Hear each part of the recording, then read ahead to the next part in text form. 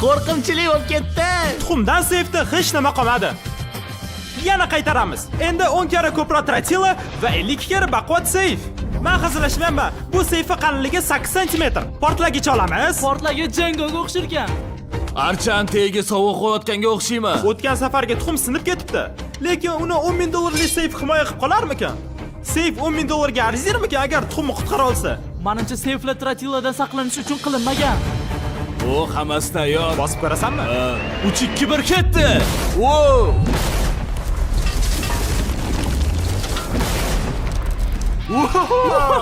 Xudoyim! Kengisi 10 barobar kuchliroq bo'lish kerak. Bunisidan ko'ra, bu o'tgan safargidan 10 barobar baqatroq. Yo xudo, portlagandan is qolib ketibdi. Qaranglar, bo'tga Nolanning onasi tushganga o'xshaydi. Gapiradigan gapim yo'q. Biz shaharda hammani uyg'otdik. Hammani, butun shtatni. Tuxum tirik qoldimi ko'ramiz. Yo xudo, orqa devori buzilib ketibdi. Jigar fundament buzilib ketdi. Yerda izi qolibdi. Ko'rsanglar, ular butun kuchini 17 tonnali ishiga ishlatishibdi. Devoriga tupurishibdi va tuxum tirik qolmabdi. Agar sizlar bank o'maramoqchi bo'lsanglar, 100 millik trotila ishlatinglar. Shu paytgacha Adam kechalari bilan qurish bilan band bo'libdi. Hozir soat 2, ish bo'lsa qaynab o'tdi. Ertalab qaytib ko'rganimda unda qiziq rejalar paydo bo'lgan ekan.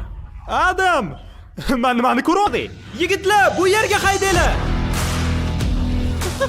Voy xudoyim, Jimmy. Biz yana ikkita tank olib keldik. Endi Lamboni har tomonlama otishadi. Adamda imkoniyat qoldi. Omadingiz bersin Adam. Hazillarni chetga suramiz, ish jiddiylashib ketyapti. 3 ta tank bo'lishini bilganimda boshqa strategiya qo'llardim. Lekin siz qurgunizcha biza boshqa joyga O, o'tamiz. yaxshi.